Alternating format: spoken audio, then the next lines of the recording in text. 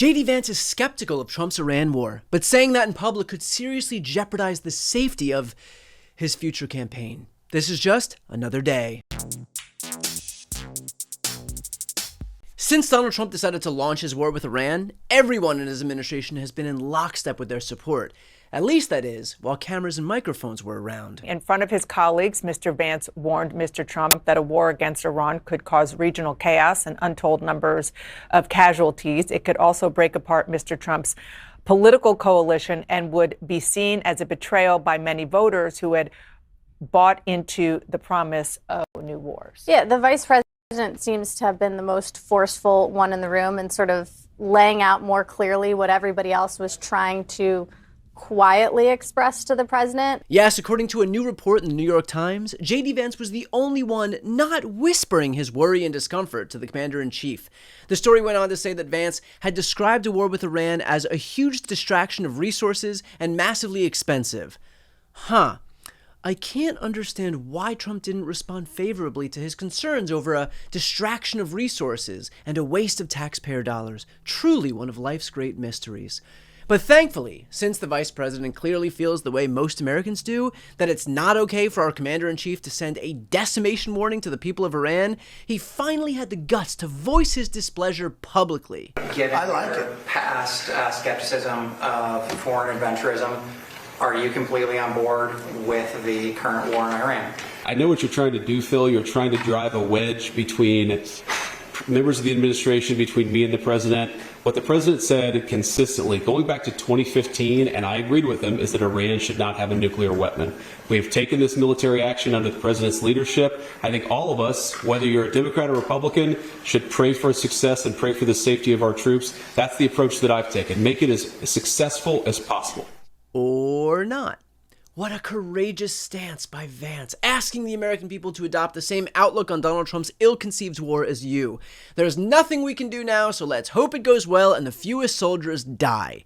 I look forward to seeing that on all of Vance's 2028 campaign material. Let's talk about the elephant in the room here. The vice president is clearly trying to play politics and take both sides of this disastrous war because he knows that, besides it being wrong, it is going to be a massive burden for him in the next campaign for president. Which is why yesterday Vance was happy to echo Trump's threats. What we really want is we want a world where oil and gas is flowing freely, where people can afford to heat their homes and cool their homes, where people can afford to transport themselves to work. That's not going to happen if the Iranians are engaged in acts of economic terrorism. So they've got to know we've got tools in our toolkit that we so far haven't decided to use. The President of the United States can decide to use them, and he will decide to use them if the Iranians don't change their course of conduct. Hear that? That is the public support for Trump's war, which is exactly what Vance promised he would do if Trump made the horrible decision to enter America into this conflict. Mr. Vance, whose disagreement with the whole premise was well established, addressed the president. I think this is a bad idea, but if you want to do it, I'll support you. And I'm sorry, but the phrase, I think this is a bad idea, but if you want to do it, I'll support you, is what you say to your friend when they're thinking of dating Bill Belichick, not a 79-year-old dementia-addled lunatic with the nuclear codes and a frothing desire to use them. And besides JD Vance's pathetic cowardice to not speak out publicly on his disagreement with Trump, it's even worse that he's now leaking his purported anti-war stance to the New York Times because this is a tacit admission that he knows this is wrong. Here's a novel idea. If you want to be tomorrow's leader, maybe try leading today. The reality is, Americans have some pretty big questions about our vice president. Namely, who is he really? What does he really believe? And did he really have sex with that couch? And by the way, I'm not here to kink shame. I'd much rather have an elected official abuse a sectional than abuse girls at a private island. But as to who JD Vance is, the real answer seems to be he is whoever the fuck he needs to be to continue his ascent to power. Everybody knows Jessica Dolores Vance is positioning himself for a 2028 presidential run, but it's clear that this man has been positioning himself for that run for decades and will say whatever he needs to say to win. Years ago, Vance became popular off his memoir Hillbilly Elegy, which recounts his struggles growing up in an impoverished household in rural Appalachia. The takeaway of the book is that community and family really matter, and I think anybody who ignores that is fundamentally not appreciating the actual reality that exists on the ground and the complexity of the problems these kids face. That's right. According to JD, community and family are an integral part of succeeding in America. But apparently, that message didn't quite reach our nation's billionaires, so JD, man of the people Vance, decided to change his tune and give them a little boost by casting the tie-breaking vote on legislation that awarded them $4 trillion in tax cuts. I guess community and family doesn't quite fill up the G5 the way it used to.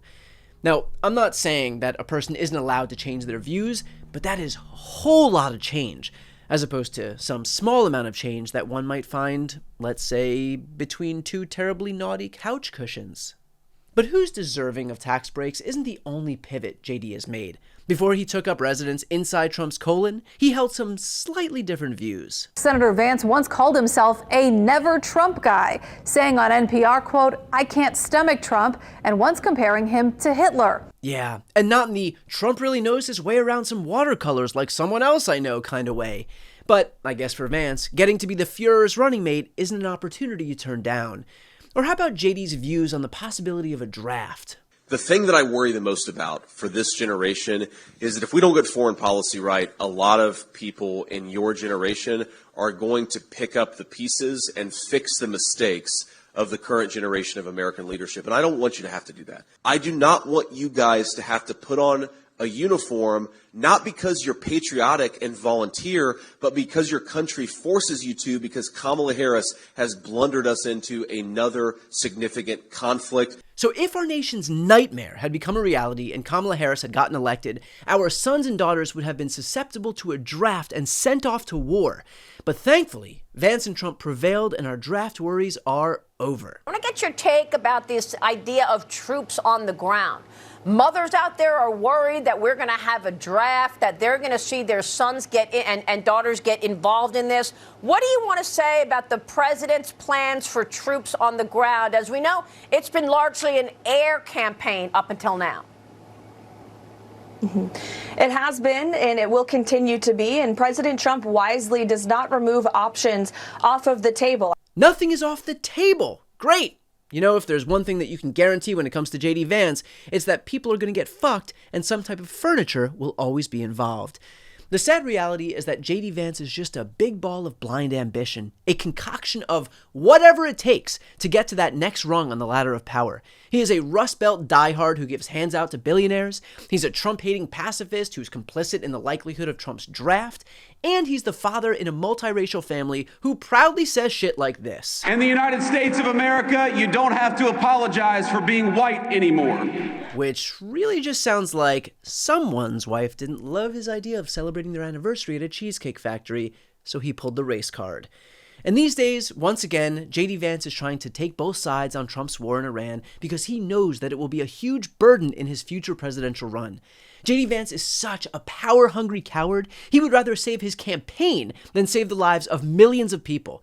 And I know that may sound harsh, but there's just no other way to couch it. Before you go, I'm very excited to announce that I've written a new book titled The Day After: How to Wield Power in a Post-Trump World. The book explores what is, in my opinion, the single most important theme that we're dealing with in politics today and moving forward: power. Specifically, how Republicans abuse it and how Democrats refuse to wield it. This book explains how we got here and, more importantly, how we should finally wield power if we're lucky enough to get it back. It is the blueprint for progressives who want to do far more than just restore the status quo. Please pre-order today by following the link on this screen. You can grab yours from any of the major retailers like Amazon and Barnes & Noble, or scroll down on the page and get a copy from an independent bookstore closest to you. Thanks so much for supporting independent media.